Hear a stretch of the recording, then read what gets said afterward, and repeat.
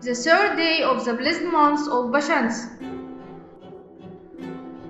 Departure of Saint Jason, one of the 70 disciples.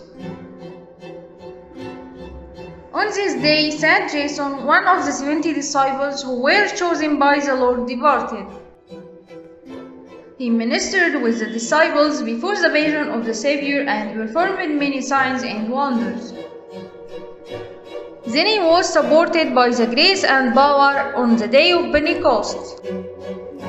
He was born in Tarsus and was the first to believe from the city. He accompanied Saint Paul on his evangelical mission and journeyed with him to many countries. He was arrested with Saint Paul and Silas in Thessalonica, and when they had taken security from Jason and the rest, they let them go. He was ordained bishop by Saint Paul over Tarsus, where he shepherded the church of Christ with the best of care. He preached the gospel also in the city of Corcyros. Many believed on his hands and he baptized them. He built for them a church in the name of Saint Stephen, the archdeacon. When the governor of the city knew about this, he arrested him and imprisoned him. He met 7 thieves in the prison, taught them the faith and baptized them. They confessed their faith in the Lord Christ openly before the governor, who put them in a cauldron filled with tar and sulfur. They departed and were granted the crown of martyrdom. Then the governor brought Saint Jason from the prison and tortured him with much torture, but he wasn't harmed. The daughter of the governor watched this torture from her window, and she believed in the Lord Christ, the God of Saint Jason. She took off her jewelry and ornaments and distributed them among the poor, and she confessed that she was Christian and believed in the God of Jason. Her father became angry. He threw her in prison and ordered to throw arrows at her. She gave up her pure spirit in the hand of Christ, whom she loved.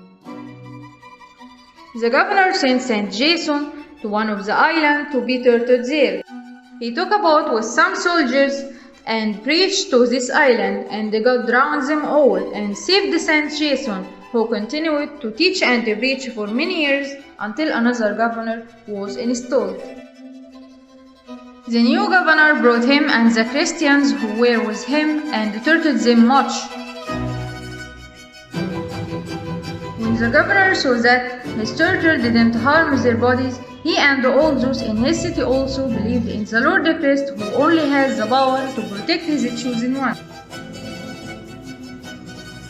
The saint baptized them all, taught them the commandments of gospel, and built for them churches. God performed through him many miracles and signs. He departed in a good old age. May his prayers be with us. Amen. Departure of Saint Otimus the priest. On this day also Saint Otimus the priest was martyred. He was born in vow, and because of righteousness he was ordained a priest for his city. He taught and confirmed the faithful in faith. Afterwards, he moved to Mount Ancena. When Emperor Diocletian incited the persecution against the Christians, the account of this saint reached Arianus, the governor of Ancena. He brought him and offered him to worship the idols, and the saint didn't hearken to his orders. He tortured him much, but the Lord strengthened him. When the governor became weary of his torturing, he ordered him to be burned.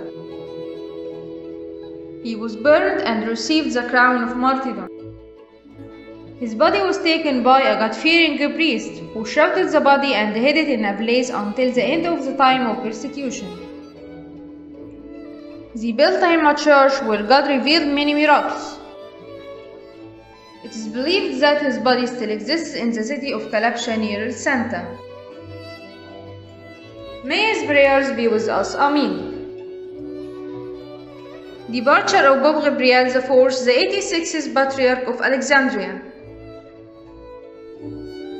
On this day also of the year 1094 AM, April 1378 AD, Pope Gabriel IV, the 86th Patriarch, departed. He was the abbot of the monastery of El Muharraq. He sat on the apostolic throne for the 11th of October 1086 AM, 6th January 1370 AD. He was a great scholar and righteous ascetic. During this time, in the year 1370 AD, a great light appeared during the night which looked like a daylight and lingered until dawn. In 1371 AD, there was a great flood in the river Nile valley which threatened to drown all the land. He was contemporary of El Sultan Shaban and El Sultan Ali ibn Shaban al-Mansur. He sat on the throne for 8 years, 3 months and 22 days. He was buried beside Simon the shoemaker. May his prayers be with us and glory be to God forever. Amen.